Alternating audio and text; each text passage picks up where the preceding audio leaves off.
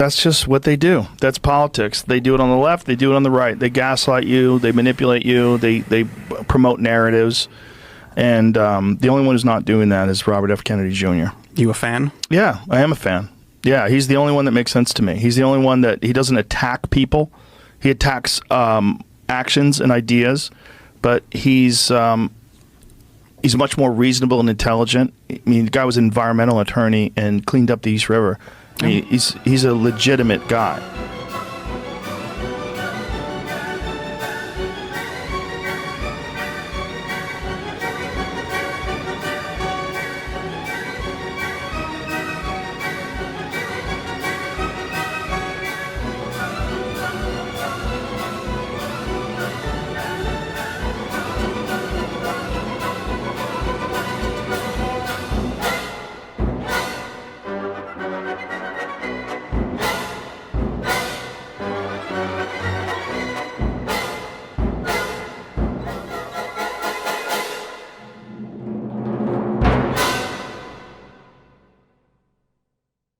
This morning, Twitter was raging over Joe Rogan seemingly endorsing RFK. First, I want to lead into this by saying, when did we start caring about celebrity endorsements for president? Also, it's entirely fair to criticize Rogan's position. It's entirely fair to think maybe he should ask RFK about some of his positions. You know, outside of, are you literally just voting for him because you agree with him on, not liking Big Pharma? It's fine. But what's not okay is massive infighting, which broke out between like Tim Pool and other big mega creators who are all falling for the Kamala nomenon, the Kamala psyop. And by the way, not to bury the lead, Joe Rogan has just clarified that he in fact is not endorsing RFK. He's not making any official endorsement. So let's all calm down about that. Yes, Joe Rogan is extremely influential, but Donald Trump won the election in 2016 when Joe Rogan endorsed, I believe, Bernie Sanders. Joe Rogan endorsed a third-party candidate again in 2020, and Trump got plenty of votes. I think there's a level of protecting himself going on here, protecting his viewership, protecting his listenership. I think it's fair to call that out. I think it's fair to call out, hey, I get not wanting to make people mad, but we're literally choosing between socialism and a guy with mean tweets. Maybe you should take a stand and endorse Trump. But if you really know, if you listen to Joe Rogan's show, he's roasting Kamala every day, roasted Joe Biden every day. He's done a lot to, quote unquote, red pill a lot of normies. I'm pretty sure that Joe Rogan is a Trump guy. Whether he'll say that out loud or not is irrelevant. He's a single vote. And I think the infighting is wild. It's cringy. I got sucked into it, and I apologize for that. I was wrong. This is the same thing that happened with Kyle Rittenhouse. It's a bad look.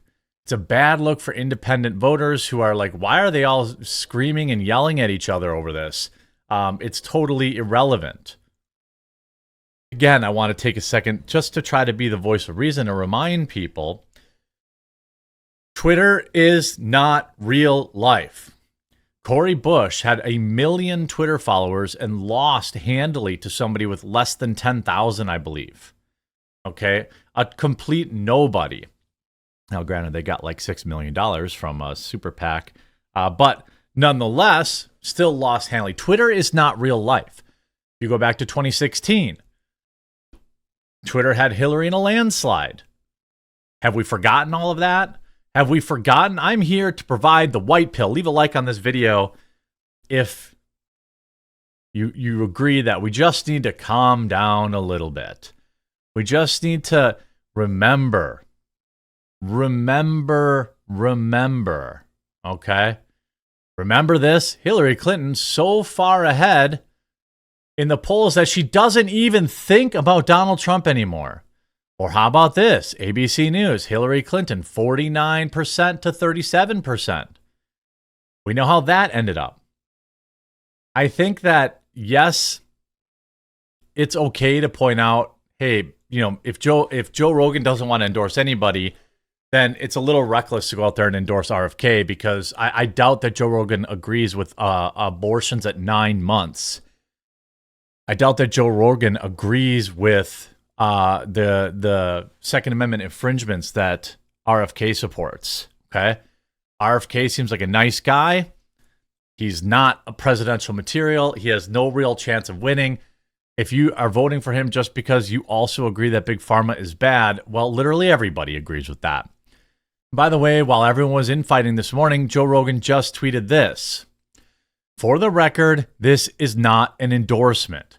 This is me saying that I like RFK Jr. as a person. And I really appreciate the way he discusses things with civility and intelligence. I think we could use more of that in the world. I also think that Trump raising his fist and saying fight after taking a lead injection is one of the most American effing things of all time. I'm not the guy to get political information from. If you want that from a comic, go to Comic Dave Smith. He actually knows what he's talking about. He never really endorsed RFK. And meanwhile, all morning, certain influencers have been melting down about his endorsement when Joe Rogan never even endorsed him. All he said in this clip is that he likes the guy. It's totally fine to like a guy, but not think they're good for president. I don't want to call anyone out specifically because even I got called into it. But some of the, I think Tim just pointed out, you know what? Let's not, freak out and dogpile on Joe Rogan because he endorsed RFK. Actually, if you think about it, if you want to go fifth dimensional chess, okay? Joe Rogan in endorsing RFK, think about this. Who does that take votes away from? Do you think a single Trump voter who is thinking about voting Trump is going to vote for RFK now? Nope. But Kamala voters, Democrat voters, might have endorsed RFK. In fact, I think that Joe Rogan endorsing RFK hurts Kamala. Now, I don't think that Joe Rogan was thinking about playing fifth dimensional chess here, but it's nonetheless. By the way, if you're enjoying my video, you enjoy an attempt at a cool, collected take, make sure you leave a like on the video. Wherever you're watching, please make sure you follow or subscribe. It's never mattered more. Censorship has never been at a higher level. You see Tim Pool saying, I think Trump is on track to lose, and this is why. Democrats are a cult. They will march in lockstep. MAGA diehards can't form alliances properly. Independents/post-libs will say F that. Registered Dems outnumber GOP by 12 million. He's not right. He's not wrong. The infighting is a bad look. You don't see any infighting on the Democrat Party because they don't care about anything but winning. He goes on to say, there's a reason they can't get a Rogan endorsement, and it's exactly this behavior. The top podcast, markedly independent, fair, and honest, and they decide to go to war with it instead of trying to align with it. Well, you don't have to align it. You see Tim initially saying the cringiest thing imaginable right now is MAGA diehards freaking out about Joe Rogan, make more enemies, burn more bridges. And of course, Catturd, whose entire personality is being a MAGA influencer, says the cringiest thing imaginable now are podcast bros, diehard fence riders, simping for Bernie bro Joe Rogan, who literally just endorsed weirdo RFK Jr. and refused to interview Trump and pretend he's somehow on our side. I don't think that, people saying, where's this energy? Dear leftist, Joe Rogan can say anything he wants on his podcast, and there's absolutely nothing you can do about it but cry. Again, Joe Rogan has endorsed Bernie Sanders, and it didn't hurt the Trump campaign. What's happening right now, I can explain this. Again, you have this Brendan Dilley individual, okay? This person was pushing for RFK Jr. last year, right? All of this is wild, okay? I don't think that it's a good look to be spurging out and having a meltdown every time. It doesn't matter if you think cat turd is correct. It's not. Here's why it doesn't matter. There isn't a single person that follows cat turd that isn't voting for Trump. Fair, right? So him going to war with Tim and Viva Fry and everyone else doesn't do anything. All it does is take third-party fence people who are on the fence and see how MAGA people react, and they don't want to be a part of it. It doesn't matter if he's correct. This is not the fight that is worth fighting. All right? It's not the fight that is worth fighting. Okay? So ultimately, you say no snark or sass, you're over the top, hyper aggressive and judgmental response to Joe Rogan expressing his sincere political belief doesn't help Trump either. And he's right about that. Maybe cat turd is right, and everyone saying that, maybe having an absolute meltdown about it doesn't really help Trump. What's happening on the MAGA side right now is they're falling for the Kamala nomenon. Okay? They're sitting online all day long. They're getting fed the same Kamala HQ posts from the Twitter algorithm. They see these pictures from Kamala rallies, which many people are saying are AI, and they're freaking out. They're worried. And so instead of banding together and, getting out there and telling your viewers, I think I'm going to change the way I approach social media for the next 3 months. And when I talk about politics, it's going to be, here's how you can register people to vote. Here's a great way that you can talk to a family member or a friend who you think might be, friendly to the Trump campaign and get them to go vote with you. I am recognizing my own contribution to this toxicity, and I'm going to change the way I run my social media when it comes to the election between now and November. You need to chase ballots. You need to get people who haven't voted. You need to make sure the people that voted in 2020 and feel defeated show back up in 2024.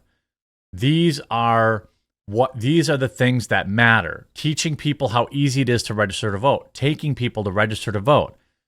Not arguing with Tim Pool and between Tim Pool and cat turd on Twitter. That's cringe. All right, participating in that, which I have done and I was wrong to do, is cringe. What Scott Presler does is good. You don't see him arguing with people on Twitter. He's out there registering people to vote. Kamala Harris hype is fake. I assure you, the debate will expose her. The town hall meeting will expose her. She's going to have more of her triple snap, there's a black woman talking moments like she did in Michigan. Okay? You have to stay the course, and arguing amongst each other makes you look weak. Did you see how quickly the left closed their ranks around Tim Walz and Kamala? You don't see leftist commentators yelling at each other and screaming about who did and who didn't endorse Kamala. It's literally the NPC chip meme. So that's how it goes. So Joe Rogan came out and said, I didn't endorse this guy. So now all this yelling back and forth was for nothing. And it made MAGA look weak, desperate, and afraid. And it's because they're consuming too much of the Kamala nomenon fake garbage. Focus on what works. And it starts with me. And so I'm going to start, using my social media to teach people, inform people how to register to vote. It's the first most important step. And then how to early vote in person and get out there and make a real change for Donald Trump, because I believe he's the best candidate. Now, if you disagree with me, that's okay, obviously. But I don't think reeing on Twitter is going to do anything but make Trump supporters look unhinged. We must focus. We must stay the course. We must go out and chase votes. We need every single one of them in every single state. That's the important thing. So, no, I don't think Tim and all these people freaking out. Now they all look stupid. Because he came out and said, nah, dog, I didn't endorse them. So be the change you want to see, and it starts with me, and that's what I'm going to do going forward. I hope Joe changes his mind and ends up endorsing Trump, but he doesn't have to. Celebrity opinions don't matter. Yours do.